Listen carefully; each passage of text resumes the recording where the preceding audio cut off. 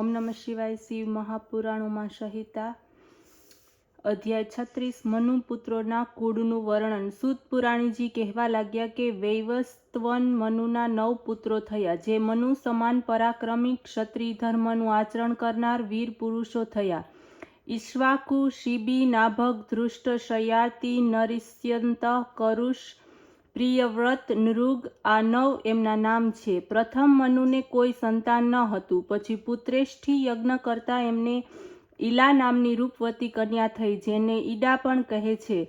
જેને જોઈને મનુએ કહ્યું, તું અહીં ન આવીશ. ઈડા કહેવા લાગી, હે ઉત્તમ વક્તા, હું તો પ્રજાપતિ મિત્રા વરુણના અંશમાંથી ઉત્પન્ન થઈને અહીં આવી છું, પરંતુ હવે હું ત્યાં જ રહી છું. ત્યારે તે મિત્રા વરુણની પાસે પહોંચીને હાથ જોડીને બોલી, હે મુનિવર, હું મનુના યજ્ઞમાં આપના જ અંશથી ઉત્પન્ન થઈ છું અને આપની પાસે આવી છું. મને શું આજ્ઞા છે? હું શું કરું? ત્યારે પવિત્ર ઈડાને મિત્રા વરુણ કહેવા લાગ્યા, હે સુંદરી, તમારી આ નમ્રતા તથા ઇન્દ્રિય દમન તેમજ સત્ય ભાષણથી અમે પ્રસન્ન થયા છીએ. જા, તું મનુના વંશની વૃદ્ધિ કરનાર પુત્ર રૂપને પ્રાપ્ત કર. શુદ્યુમ્ન તારું નામ પડશે. સૂતજી કહેવા લાગ્યા. આ સાંભળીને ઈડા પિતાની પાસે પાછી ફરી. એ પછી એને સમય પ્રાપ્ત કરીને બુદ્ધે મૈથુન માટે આમંત્રણ આપ્યું. પછી બુદ્ધ વડે પુરુરવા એવા નામવાળો ઘણો સુંદર પુત્ર ઉત્પન્ન થયો. એની સુંદરતા ઉપર મોહ પામીને ઉર્વશી નામની અપ્સરા સ્વર્ગથી આવીને આ પુરુરવાની પાસે રહી હતી. આ પછી શિવની કૃપાને કારણે ઈડાએ પુરુષ તત્વની પ્રાપ્તિ કરી. આ શુદ્યુમ્નને પરમ ધર્માત્મા 3 પુરુષો ઉત્પન્ન કર્યા. ઉત્કલ, ગય તેમજ વિનતાક્ષ. ઉત્કલથી ઉત્કલ દેશના બ્રાહ્મણ થયા. વિનત્રાક્ષથી પશ્ચિમ દેશના બ્રાહ્મણો થયા. આનર્તનો પુત્ર રૈભ્ય થયો, જે રૈવત નામથી પ્રસિદ્ધ થયો. કુશસ્થલીમાં એનો નિવાસ થયો. 100 પુત્રો એના થયા, જેમાં કુકુભી સ્વરથી શ્રેષ્ઠ ધર્મજ્ઞ હતા. એમને સુંદર રેવતી કન્યા હતી, જેના વરના વિષયમાં કુકુભી બ્રહ્મલોકમાંથી બ્રહ્માજીને પૂજાવા માટે ગયા.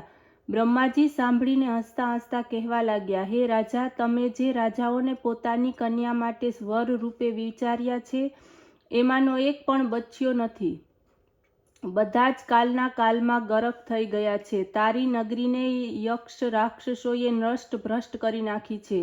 અત્યારે 28મો દ્વાપર યુગ ચાલે છે. આ સમય ભગવાન કૃષ્ણ દ્વારકાપુરીનું નિર્માણ કરીને વિષ્ણુ, અંધક, ભોજ, કુકુર વગેરે યાદવોની સાથે અહીં નિવાસ કરી રહ્યા છે. એ જ દ્વાપરમાં મહાબળવાન બલદેવજી છે, જે વસુદેવના પુત્ર છે. એમને જઈને તમારી પુત્રીનું દાન કરો. તે તમારી પુત્રીનો યોગ્ય પતિ છે. સૂતજી બોલ્યા. ત્યારે કુકુંભીને જાણ થઈ કે આ સમયે અનેક યુગ વીતી ગયા છે. ત્યારે રેવતી કન્યાને વિધિપૂર્વક બલદેવજીની સાથે વિવાહ કરીને સ્વયં સુમેરુ પર્વત પર જઈને તપ કરવા લાગ્યા. શ્રી બલદેવજીને 100 પુત્રો થયા. શ્રી કૃષ્ણના અનેક પુત્રો હતા. બંને કુળના પુરુષો સર્વત્ર જઈને વસ્યા. હવે મનુનો વંશ સાંભળો. મનુના પુત્ર વૃષદ્મનુને વશિષ્ઠ ગોરક્ષાના કાર્યમાં યોજાયા. એક વાર રાત્રિના સમયે વાઘે આવીને ગાય ઉપર આક્રમણ કર્યું. ગાય ઘણી જ ગભરાઈ ઉઠી. એનો અવાજ સાંભળીને હાથમાં તલવાર લઈને વૃષધ્વને એને અંધારી રાતમાં સિંહ જાણીને ઘા કર્યો, પણ દેવયોગથી તે ઘા ગાય ઉપર થયો. સિંહ તો ભાગી ગયો. ગાય કપાઈ ગઈ. સવારના પહોરમાં ગાયને મરેલી જોઈને તે અત્યંત દુઃખી થયો. તેણે સઘળું વૃત્તાંત જઈને ગુરુજીને સંભળાવ્યું. સાંભળતા જ ગુરુએ શાપ આપ્યો કે તું શુદ્ર થઈ જા.